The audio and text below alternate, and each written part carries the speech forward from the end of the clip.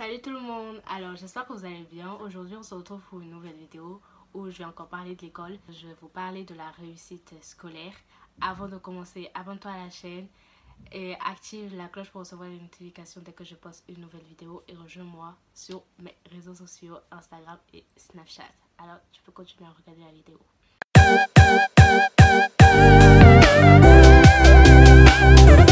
Alors, dès la rentrée, la première chose à faire, c'est de marquer tous vos objectifs sur une feuille. Comme ça, vous êtes calé, vous savez ce que vous devez faire.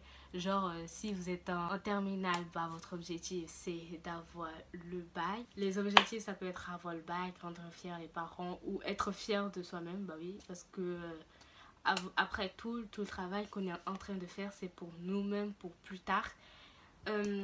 Trouver la motivation. Trouver quelque chose qui peut vous aider à avoir la motivation d'apprendre, d'être toujours active pour faire vos devoirs. Quelque chose qui va toujours vous faire penser à travailler encore et plus. Dès la rentrée, mettez-vous devant. Parce qu'on sait que les élèves qui se mettent derrière là, encore ça va si vous montez vers le milieu devant. Mais on sait que les élèves qui se mettent derrière, c'est pour parler, bavarder. C'est essentiel, comme ça le prof il vous voit. Vous allez mieux écouter, vous allez mieux apprendre. Je vous dis, c'est essentiel ça.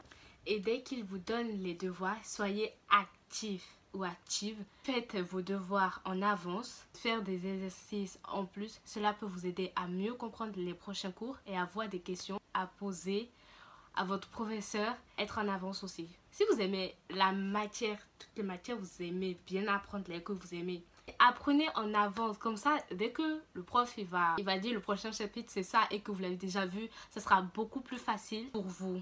Vous notez sur une feuille toutes les matières et les chapitres qui vous posent problème. Comme ça, dès la rentrée, vous en parlez à votre professeur et il vous aidera. Comme ça, il sait déjà vos difficultés et il saura comment vous aider. Moi, je vous conseille dès la rentrée. En fait, c'est comme ça que moi je fonctionne, mais je vous conseille dès la rentrée de faire votre planning en fait. Votre planning de révision. Vous prenez un petit carnet où vous allez noter tout ce que vous allez faire dans la journée. Malgré que vous avez votre planning, votre emploi du temps, vous allez avoir un autre carnet où vous allez marquer tout ce que vous devez faire dans la journée et dans l'ordre. Comme ça, dès que vous avez terminé, vous surlignez et vous cochez en fait. Vous pouvez marquer tous vos devoirs que vous allez à faire ou tout ce que vous devez faire dès que vous rentrez chez vous. Des trucs comme ça. Comme ça, dès que vous rentrez chez vous, vous n'allez pas vous dire ouais, qu'est-ce que je dois apprendre, qu'est-ce que je dois faire si, malgré que vous avez votre agenda.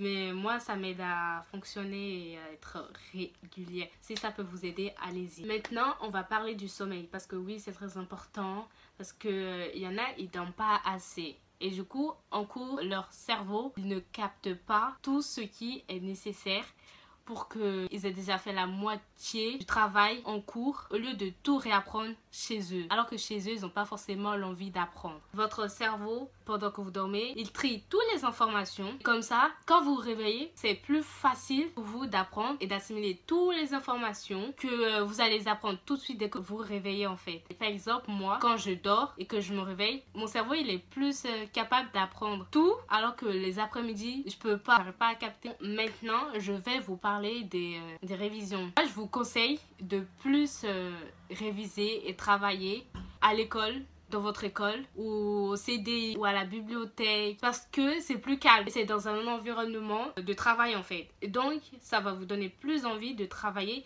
que si vous êtes chez vous. Parce que chez vous, on est d'accord, hein, il y a du bruit, on vous appelle par-ci, par-là. Donc, ça va pas vous donner très envie de travailler et vous ne serez pas très concentré non plus sur votre travail. Le téléphone. Pendant vos révisions, vos téléphones là, vous devez les éteindre, vos téléphones. Si vous n'arrivez pas, vous savez, moi ce que je fais, genre je prends mon téléphone, je l'éteins et je mets dans mon placard. Je le mets loin de moi. Loin de moi. Comme ça, t'as vu, t'es pas tenté d'aller voir ton téléphone et de voir les notifications parce que t'es pas concentré en fait que sur ça, tu es concentré sur deux choses. Tu vois ton téléphone, il y a une notification, tu dis je vais voir. Même si tu vois pas et que tu dis non, je vais pas voir et tout, tu es concentré sur ton travail. En fait, non, tu ne seras pas vraiment très à fond que si ton téléphone n'était pas là en fait. Ayez tous vos cours. Même si vous êtes absent là, faites tout possible pour rattraper tous les cours. Dépendez que de vous-même. Ne vous dites pas, ouais, s'il va m'envoyer ça, nanana. Non, vous comprendrez toujours mieux si c'est vous qui avez pris les cours que si quelqu'un d'autre les avait pris et vous les a envoyés. Et vous allez réviser avec ça en fait. Non, je vous conseille toujours de reprendre une feuille et d'écrire vous-même vos propres cours. Quand vous révisez, mettez tout devant vous. Ne révisez. Enfin, après, c'est pas pareil pour moi, mais ne révisez jamais sur le lit. Parce que oui, sur le lit, vous allez vous endormir pour certains. Mais moi, je peux réviser tranquille sur mon lit. Mais si ça vous arrive de rester sur votre lit et de vous endormir, ne révisez jamais. Apprenez à connaître votre mémoire. Ça va vous aider à mieux réviser. Vous avez une mémoire auditive. Vous lisez tous vos cours régulièrement. Vous collez vos fiches de révision un peu partout dans la maison. À chaque fois vous passez quelque part, vous lisez votre fiche. Apprenez à aimer vos cours. Les cours que vous n'aimez pas, forcez-vous à les aimer. Trouvez-leur une utilité. Si vous savez déjà ce que vous allez faire plus tard, faites des recherches sur le métier. Et si par exemple, vous n'aimez pas l'histoire géo et que dans ce métier, l'histoire géo va vous apporter beaucoup. Ça peut être une motivation pour aimer la matière, avoir des bonnes notes, oui.